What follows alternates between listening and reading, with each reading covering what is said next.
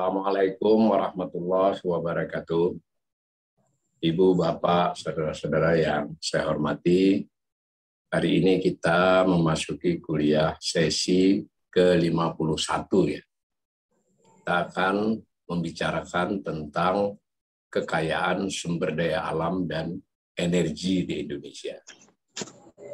Tentu saja kajian ini bersifat pengantar, bahkan mungkin bisa dikatakan sangat pengantar sekali, karena topik ini lebih luas daripada sekedar topik ekonomi ya. Sehingga ketika kita melihatnya dari sisi permasalahan ekonomi, mungkin saya hanya bisa mengantarkan atau memberi informasi hal-hal yang bersifat umum saja, dan ini memerlukan kajian perkuliahan yang sebenarnya lebih mendalam, dan justru ini mungkin salah satu soalan terpenting bangsa ini ya, terutama ketika tema lingkungan hidup, tema bangunan berkelanjutan, tentang climate change itu menjadi mengemuka saat ini dan ke depan, itu menjadi sangat penting. Tetapi khusus untuk perkuliahan beberapa kali sesi ini nanti hanya masih dalam pembicaraan ya, sebutlah sangat awal dan konservatif. Mudah-mudahan bisa mendorong kita semua, termasuk saya sendiri, untuk mengkaji lebih jauh. Nah, sebagaimana kita belajar sejak kita di sekolah dasar, bahkan kita selalu mendapatkan cerita bahwa Indonesia ini adalah negara yang memiliki kekayaan alam yang sangat limpah ya. Dalam konteks kajian ekonomi, biasanya kita menyebutnya sumber daya alam, dan kadang menambahkan dengan sumber daya alam itu dan energi. Nah, pengertian kaya kalau dalam konteks kajian ekonomi tentu saja lebih menuju kepada baik yang bersifat fisik maupun yang bersifat moneter ya. Jadi biasanya suka disebut soal cadangan. Nanti dari cadangan tersebut ada soal produksi. Untuk beberapa komoditas utama itu memerlukan produksinya, memerlukan ekstraksi. Nah, data tentang hal ini disediakan terutama sekali oleh Kementerian ESDM ya. Kementerian ESDM, dan biasanya BPS juga melakukan hubungan langsung dengan ESDM, melakukan pengolahan juga, dan sejauh yang saya lihat termasuk cepat update-nya, jadi BPS dengan ESDM itu relatif hampir bersamaan, dan kita juga diuntungkan oleh data-data tersedia pada beberapa lembaga internasional, yang memang lembaga internasional tersebut tetap merujuk kepada otoritas Indonesia, namun mungkin kadang ada beberapa jas. Salah satu yang menyulitkan buat pembelajar pemula, bahkan pembelajar yang lebih pada bidang ekonomi ya, bukan pada keahlian energi atau keahlian sumber daya alam, itu adalah mengenai satuan-satuannya ya, ukurannya. Saya aja secara hafalan sering tidak hafal, sehingga kadang suka lihat kembali.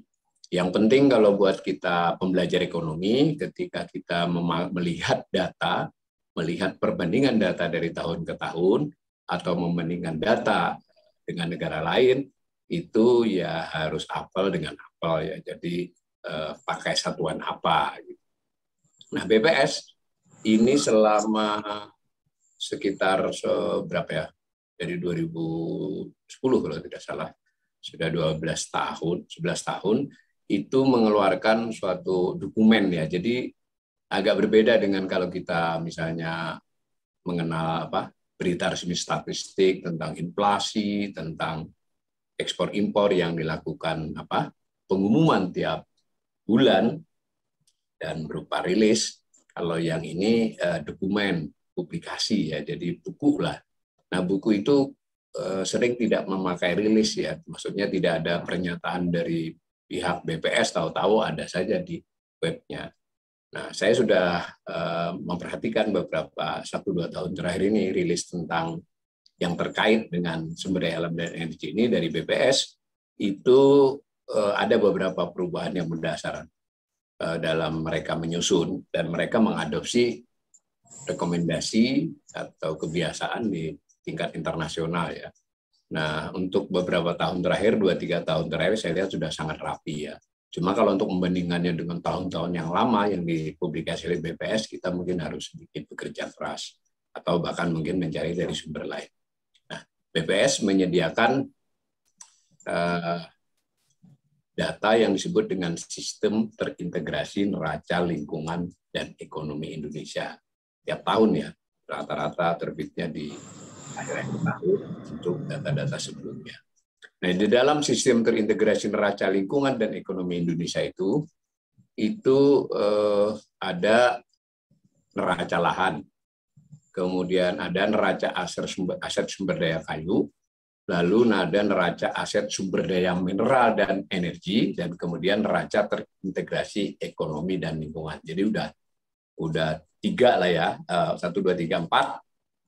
Maaf, 3 yang umum, lahan, sumber daya kayu, lalu sumber daya mineral dan energi, lalu BPS mengikuti standar internasional sudah mulai menyusun integrasinya dengan lingkungan.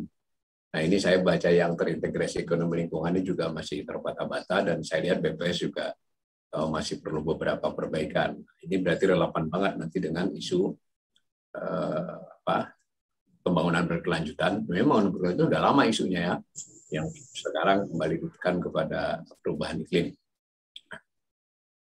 Sesuai dengan namanya neraca itu ada 2 jenis ya. Ada yang neraca fisik. Berarti neraca fisik itu ya kalau dia kayu ya terkait dengan meter kubiknya kayu.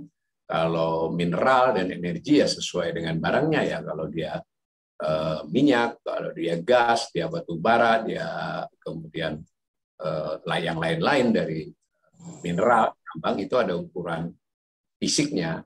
Berarti kan kalau disebut neraca ya kita melihat stoknya, perubahan stoknya. Stok itu berarti misalnya awal tahun berapa, akhir tahun berapa karena ada yang diekstraksi, dan atau juga ada penemuan cadangan baru, itu kan merubah posisi stok. Itu fisik. Lalu BPS mencoba juga menghitung nilainya berdasarkan harga pada tahun itu, tentu dengan metode ya, dengan present value dan sebagainya. Tapi saya sudah perhatikan untuk neraca moneter kira-kira tidak terlalu menarik itu dianalisis karena terlalu spekulatif. Nah, tapi bagaimanapun untuk perbandingan apel dengan apel, jadi kalau murni memakai data BPS kita tetap bisa dapat gambarannya dari beberapa tahun. Nah, kalau kita melihat neraca, baik itu neraca lahan, lalu sumber daya kayu, lalu tadi sumber daya mineral dan energi. Nah, sedangkan neraca terintegrasi saya tidak bahas karena sedikit lebih kompleks, untuk itu mesti untuk tingkat yang lebih lanjut.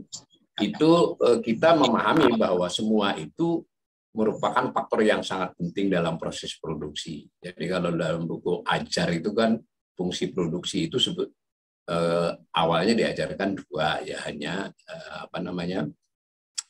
modal dan 3 sebenarnya, modal, land, tanah, dan capital. Nah, pengertian land atau tanah itu sebetulnya lebih luas, yaitu menyangkut lahan, menyangkut sumber daya alam, mineral, dan energi. Kira-kira 3 itu melalui proses memproduksi suatu barang dan jasa. Anggap aja barang ya.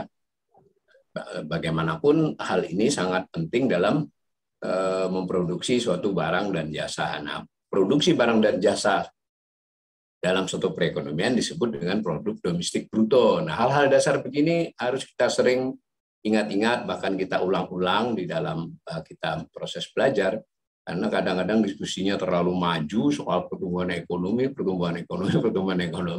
malah lupa bahwa pertumbuhan ekonomi itu sebetulnya ingin membandingkan produksi barang dan jasa secara real. Nah, kemudian barang dan jasa yang diproduksi itu memerlukan faktor produksi.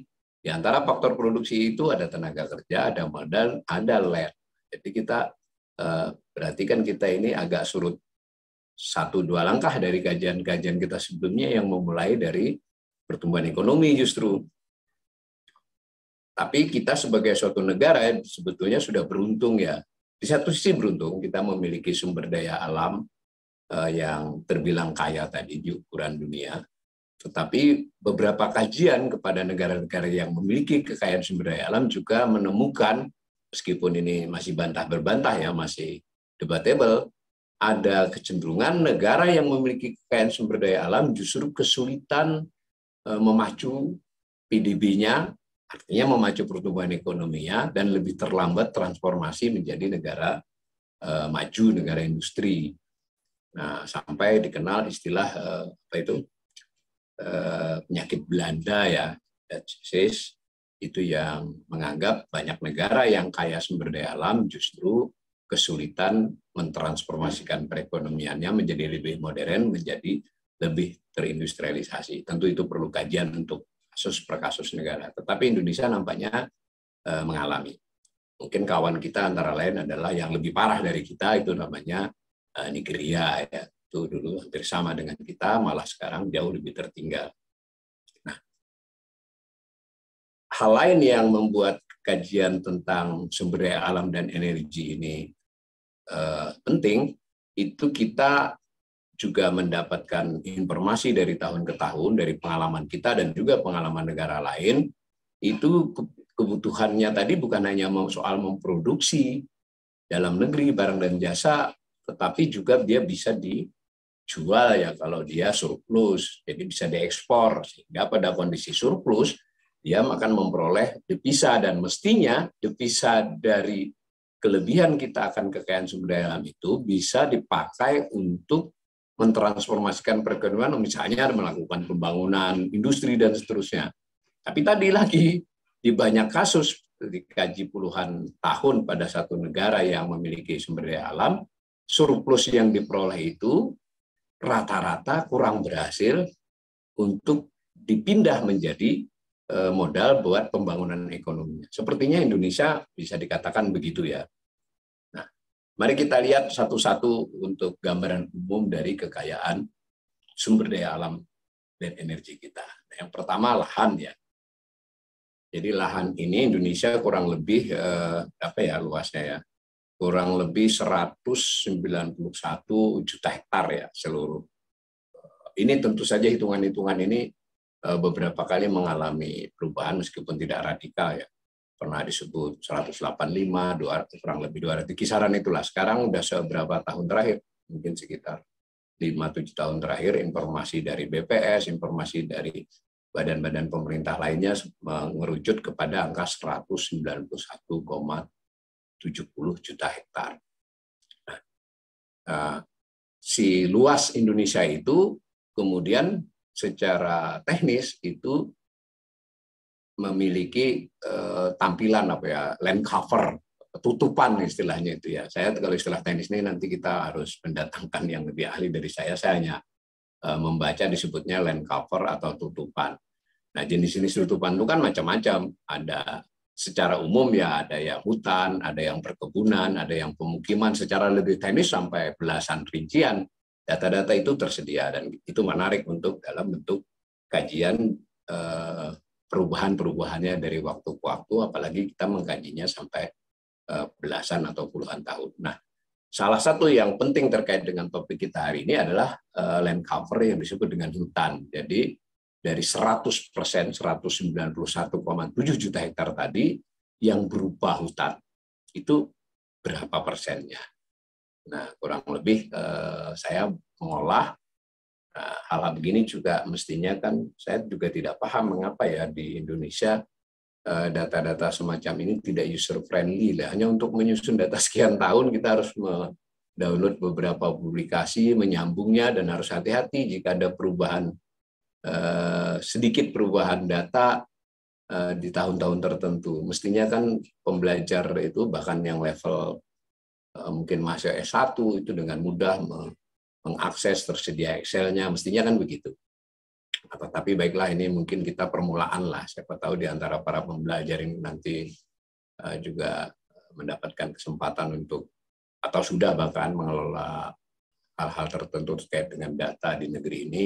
Saya ini benar-benar penggemar BPS sebetulnya. Saya sangat suka dengan tagline Badan Pusat Statistik kita itu, data mencerdaskan bangsa. Itu luar biasa saya kira. Nah, dengan cara mengolah secara sederhana dari terbitan BPS, yang tadi data 191,7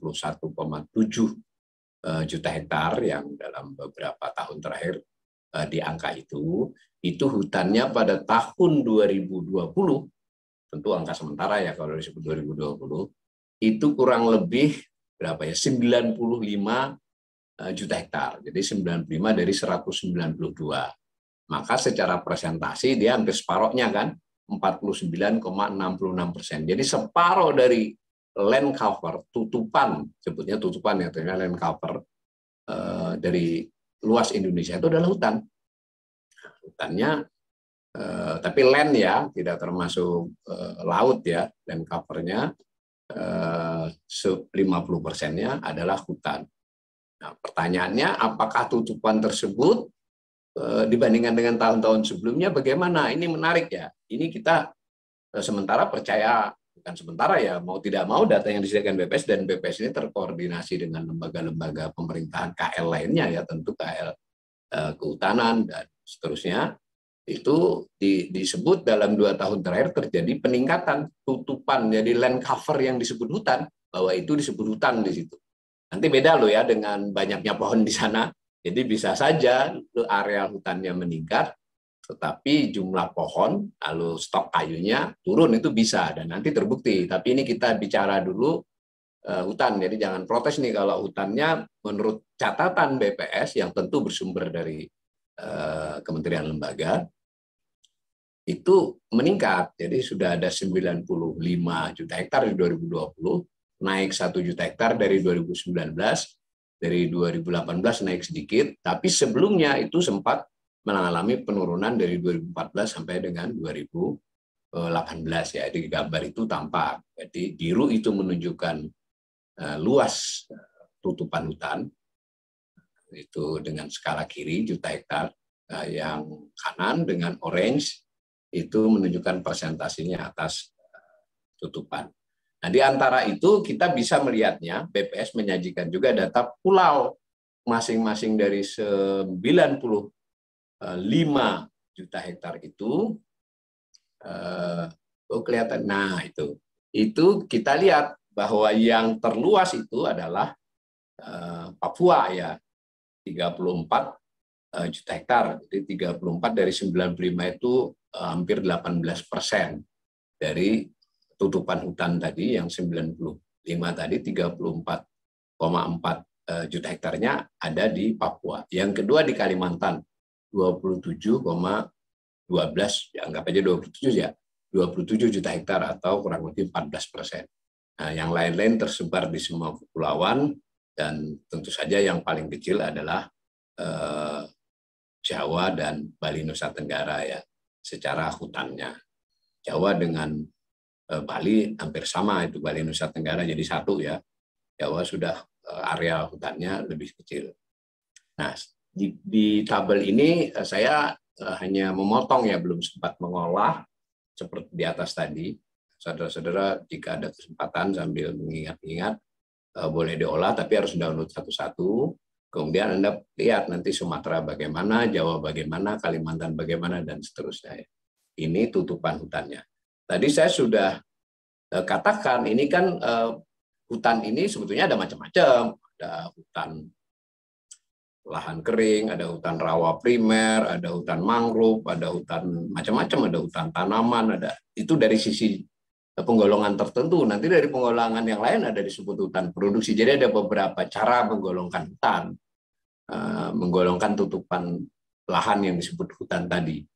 Tetapi kita untuk kajian seperti itu kita akan di lain waktu. Nah, kalau secara keseluruhan itu yang disebut tutupan lahan, land cover ini, BPS menyajikan, BPS sekali lagi tentu bersumber dari apa ya, dari kementerian lembaga ya, dari terutama Kementerian Kehutanan. Itu ada semak belukar, tanah terbuka, hutan lahan kering, pertanian lahan kering, lalu ada perkebunan, ada kampung, ada pelabuhan, ada pemukiman. Nah, begitu. Nah, di grafik kebetulan Mbak Rama nggak ada, jadi di saya ada. Saya tidak sempat naruh tadi. Nah, selama 5 tahun 2016 sampai 2020 ternyata misalnya ada informasi perkebunannya bertambah sangat banyak. Kemudian pemukiman bertambah cukup banyak. Masuk akal ya.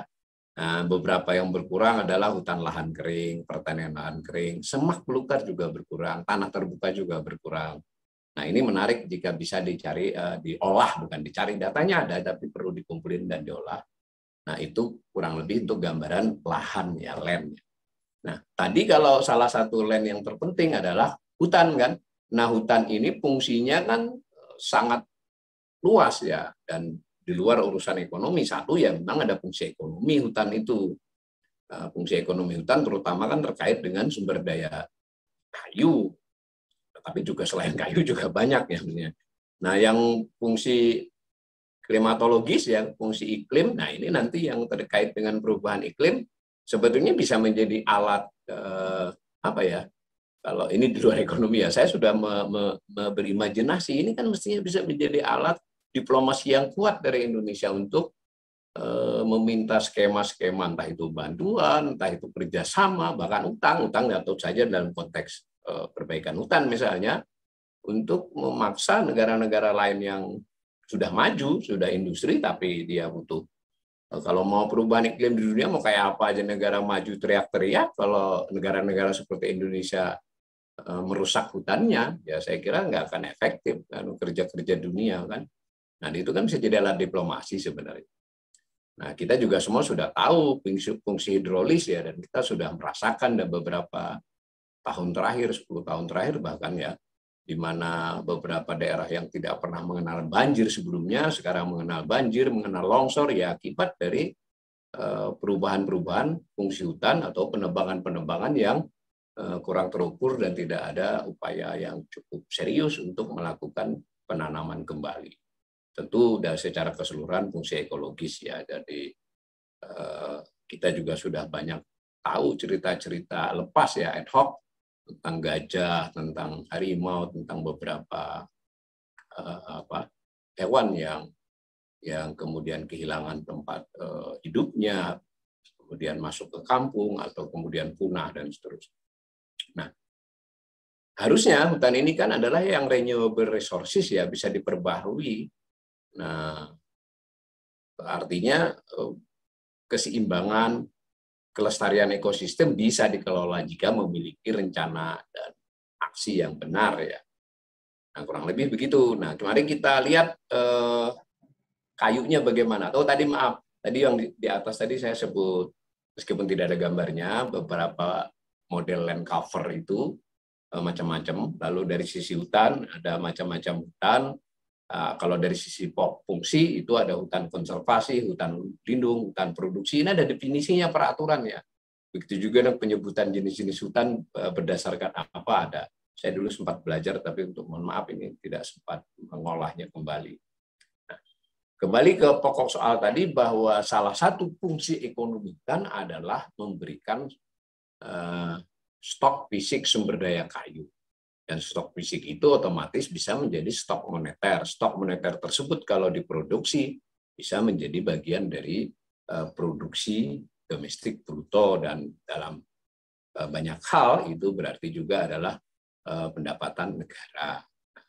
Maka tadi kita sudah melihat hutannya secara areal, secara tutupan sempat turun, lalu kemudian sedikit menaik dalam 2 tahun terakhir. Tetapi secara stok fisik sumber daya kayu, stok fisik berarti yang ada di hutan ya, itu mengalami penurunan, belum pernah mengalami kenaikan selama berapa ini? 1, 2, 3, 7 tahun terakhir, karena harus mengolah ya. Nah, terakhir 2020 ada 4.032 juta meter kubik ya, kayu ya, stok fisik kayu. Stok ini berarti ya dia ada di hutan. Nah, itu mengalami penurunan dari sebelumnya, tahun sebelumnya, dan pada tahun 2014 akhir ya, stok ini akhir, itu kita masih punya berarti kalau 5.400 berarti 5 miliar meter kubik ya, 5,4. Sekarang turun, berarti turunnya lebih dari 1 miliar itu selama berapa tahun itu? 7 tahun. Ini kalau trennya ini terus ya gawat juga ya. Ini kita belum nyambung dengan data sebelumnya. Mungkin kalau datanya dari tahun 2000, bisa jadi, saya belum sempat menghitung, bisa jadi 2 kali lipat dari 2014 itu atau 3 kali lipat. Jadi tren pengurangan stok fisik sumber daya kayu itu tampak. Nah, meskipun areal hutannya masih bisa dipertahankan. Tapi kayunya udah pada nggak ada. Masuk akal ya, karena kan dia tetap disebut hutan itu kan per definisi ya berdasarkan hukum, berdasarkan aturan, tidak bisa. Kita ini bukan zaman lampau ya, zaman negara ini sudah ada statusnya land cover itu. Nah, itu menurun. Nah, tadi stok yang 4.000 ini berarti 4 juta ya, kurang lebih 4 juta, 4 miliar, mohon maaf. 4.000, 32 juta itu berarti 4 miliar juta kubik ini oleh BPS sekali lagi bersumber pada kementerian, itu menggolongkannya menjadi 3 kelompok. Satu kelompok yang paling banyak disebut kayu rimba luar Jawa. Nah, yang kedua kayu rimba Jawa. Yang ketiga kayu jati Jawa. Jadi kayu jati disendirikan untuk dianalisis. Di total ketiga-tiganya itu tadi sumber daya kayu. Nah, yang grafik kiri itu kita tampak lihat, yang kanan atas, yang kiri atas itu menunjukkan sama dengan yang tadi, cuma hanya dari 2016, yang di depan tadi dari 2014. Nah, saya ini karena gambarnya saling potong ya, copy paste dari penerbitan BPS, sedangkan yang di atas tadi saya olah. Nah, itu turun. Nah, itu yang hijau kiri atas itu beriring dengan yang kanan bawah yang khusus kayu rimba luar Jawa. Jadi tadi kita sudah mendapatkan informasi di atas tadi terjadi pengurangan lebih dari berapa tadi? Lebih dari 1,4 miliar juta kubik ya turun selama 7 tahun. Nah, ini data hanya untuk 5 tahun, 4 tahun berarti kalau dilihat jarak tahunnya. Itu yang paling turun memang kayu rimba luar Jawa. Kalau di sini dari 2016 masih 4 juta meter kubik, sekarang menjadi 3,36 miliar kubik kok juta terus ya. Kalau nyebut juta harus ditambah ribunya ya. Nah, tetapi sebetulnya kayu rimba Jawa, nah ini menarik ya. Si hutan Jawa tadi secara areal dia kecil, stuck lah bahkan sempit, tetapi secara kayu dia optimal gitu, kurang lebih begitu sederhananya. Dia tetap meningkat. Jadi khusus kayu rimba Jawa meningkat yang kiri bawah.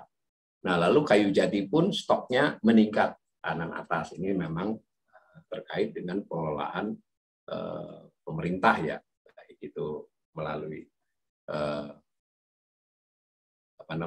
BUMN maupun oleh institusi lain dari pemerintah terkait dengan hutan jati maupun hutan rimba Jawa. Tapi karena kontribusi kayu jati dan kayu rimba Jawa itu masih kecil, tetap tidak bisa menahan penurunan total keseluruhan. Nah, sedangkan grafik yang kanan itu upaya BPS menggambarkannya dengan nilai moneter ya. Tentu ada metodenya ya. Harga, ada present value, ada macam-macam hitungan lah. Tapi anggap saja ini kita pakai bahasa sederhana, ini nilai duitnya. Jika dilihat tahun 2020 tentu kan tergantung harga kan. Nah, ini menarik, sekalipun jumlah kayunya, stok kayunya itu turun, tetapi secara aset kalau itu dihargai dengan uangnya naik, masuk akal ya. Di mana kalau di tahun 2020, yang grafik keempat biji grafik yang kanan itu, yang paling kiri atasnya, itu mencapai hampir 1.000 triliun ya. Jadi 1.000 sampai 1.000 triliun, 995 kalau saya tidak salah. Triliun nilai kayu meningkat dari tahun-tahun sebelumnya. Tetapi sekaligus juga biar membuka mata kita, seandainya kita tebangi semua kayu kita jual baru 1.000 triliun. Jadi kita kalau melihat hutan itu hanya soal sumber daya kayu, sebetulnya juga moneternya belum bisa nutupi utang ya. Kurang lebih begitu ya, kalau menyederhanakannya. Itu masih 1.000 triliun. Rinciannya yang kayu Jawa berapa, kecil kan, kalau rimba Jawa hanya di kisaran 8 triliun, 9 triliun, sementara yang kayu jati sebanyak apapun ya hanya 12 triliun nilainya. Nah, kayu rimba luar Jawa kan tetap yang nilainya 900 triliunan, kurang lebih begitu ya. Tapi sekali lagi saya tidak begitu menyarankan untuk memakai neraca moneter, hanya sekedar kita tahu saja. Lebih bagus kita fokus pada neraca fisik, kita sambung bertahun-tahun ke belakang, lalu kita lihat ada beberapa kali perubahan data, penyempurnaan atau perubahan definisi itu di berbagai publikasi, itu mungkin juga kita pelajari kalau kita mau lebih ahli dalam tema ini. Itu ya untuk hutan. Nah, lalu tadi kita sudah katakan juga selain itu ada neraca aset mineral dan energi dari BPS. Karena ini saya sengaja pakai BPS dulu biar kita bisa satu sumber dulu, nanti baru kita ambil publikasi dari ESDM. Nah, ya yang disebut dengan mineral ini ya kita semua tahu ya, ada yang energi, ada minyak bumi, gas alam, batu bara, panas bumi, kemudian yang non energi ada emas, perak, tembaga, timah, bauksit, nikel. Nanti juga ada daftar yang galian ya di slide-slide berikut. Nah, jadi kalau disederhanakan ada sumber daya minyak bumi, sumber daya gas alam, sumber daya batu bara, mineral logam, dan mineral non logam. Itu yang paling kategori yang paling banyak dipakai, dan itu mengikuti BPS mengikuti cara pengelompokan internasional. Nah, mari kita lihat data-data kekayaan sumber daya alam yang ini di Indonesia. Kita lihat dulu yang paling kita sering diskusikan, nanti ini kita akan jadikan sesi tersendiri, tapi ini kita buat pengantar dulu, adalah terkait dengan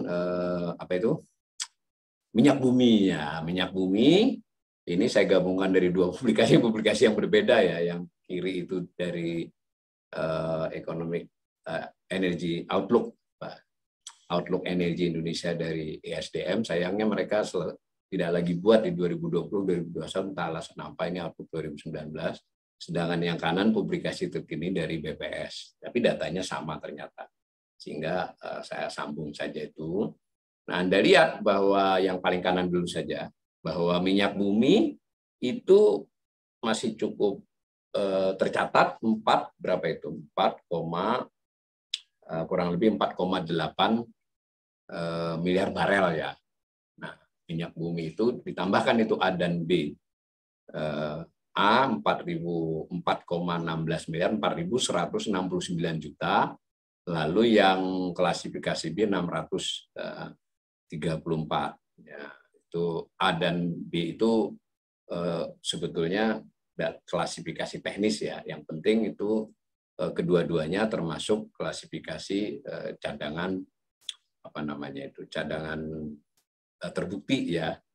Nah, itu minyak bumi 7,25, itu cadangan terbukti dengan cadangan potensial kalau di minyak.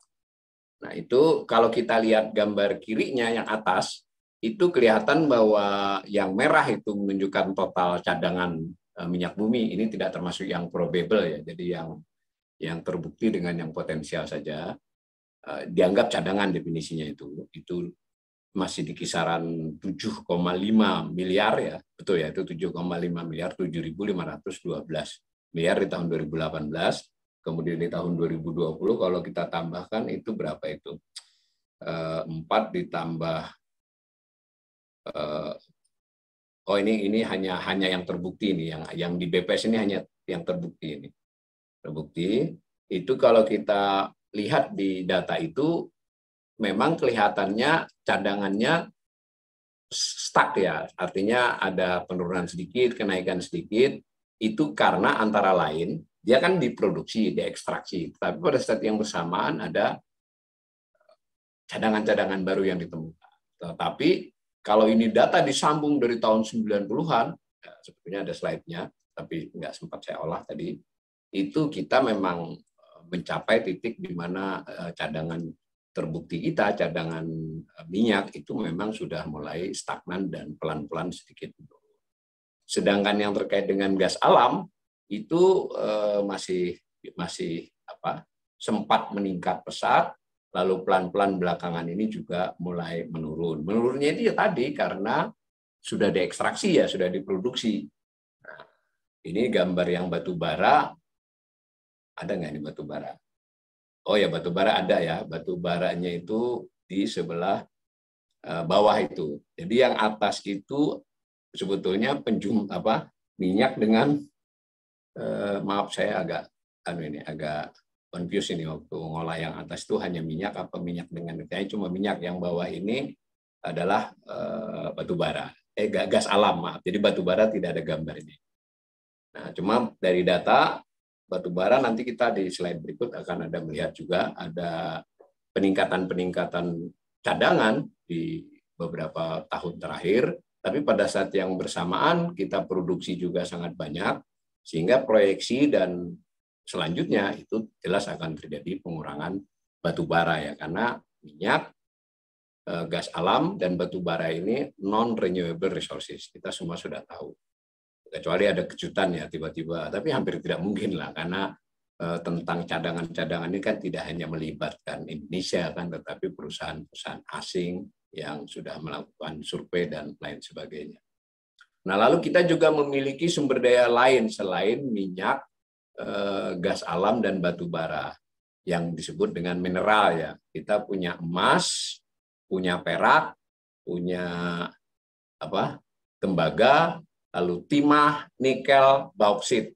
Nah, itu informasi tentang stok-stoknya ya.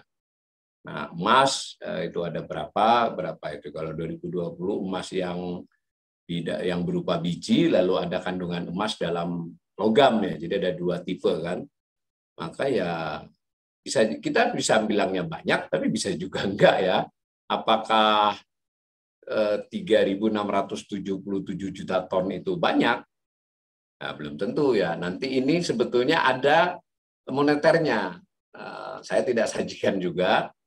Nah, saya pernah iseng menjumlahkan dari data BPS itu. Tadi kan kita sudah bicara kayu, lalu di sini ada emas, lalu ada perak, lalu ada tembaga, ada timah, ada nikel dengan satuannya masing-masing itu, baik itu yang berupa biji maupun yang masuk dalam logam. Yang kanan, BPS mencoba menghitung dengan metode-metode tertentunya.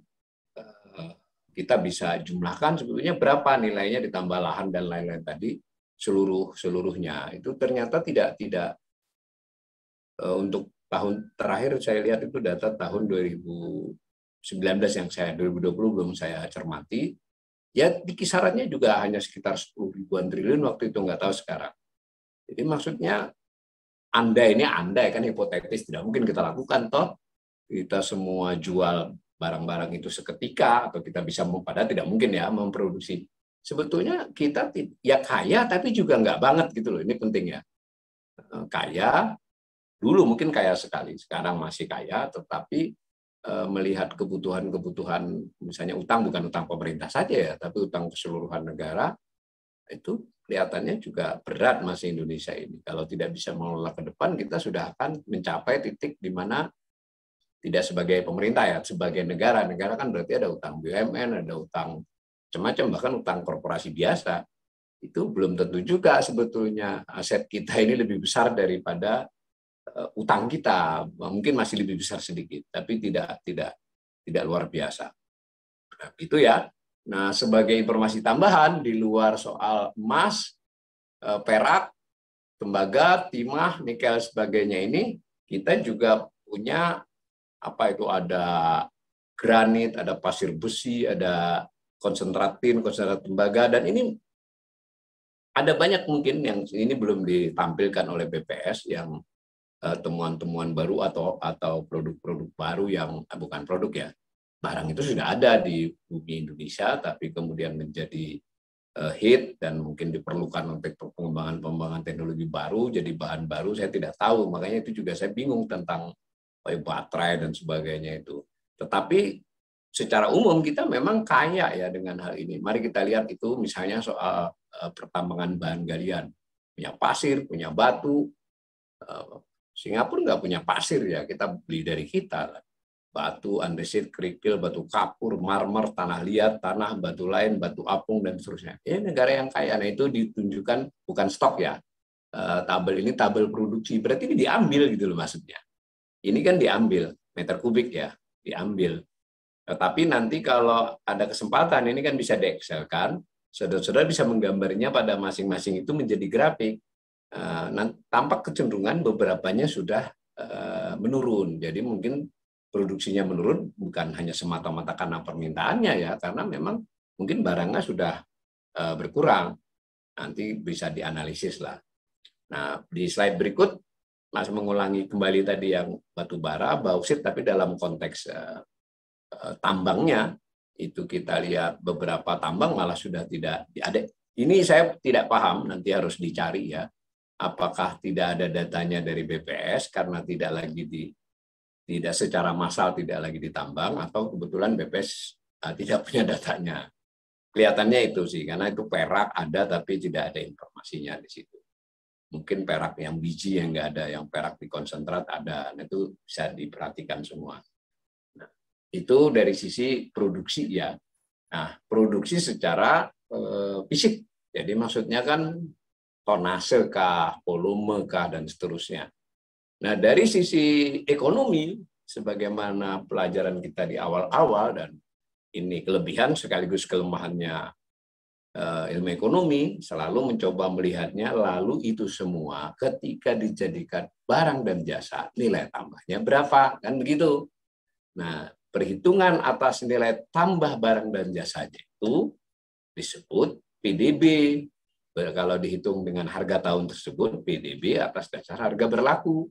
Kalau dihitung dalam konteks real, namanya PDB harga konstan. Nah, kita lihat PDB harga berlaku saja dulu. Nah, kan tadi mau minyak kah, mau gas kah, mau batu bara kah, mau nikel, mau emas, mau perak, mau apa tadi, macam-macam tadi ya, pasir kah, dan seterusnya. Itu dijumlahkan, tapi yang produksi ya, bukan stok ya.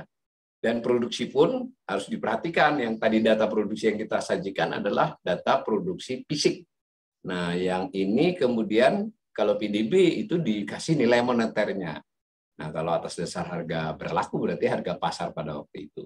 Dibandingkan dengan keseluruhan, ingat nggak waktu kita masih belajar tentang pertumbuhan ekonomi, PDB ada 17 sektor saat ini. Nah, pertambangan dan penggalian salah satu dari 17 itu. Ada industri pengolahan, ada pertanian dalam arti luas, ada pertambangan dan penggalian, ada perdagangan besar dan eceran, kurang lebih gitu ya. Nah, pertambangan dan penggalian ini satu dari 17 sektor. Di PDB dari tahun 90 dan sampai tahun 2010 itu hanya ada 9 sektor ya, sebelumnya 9 juga.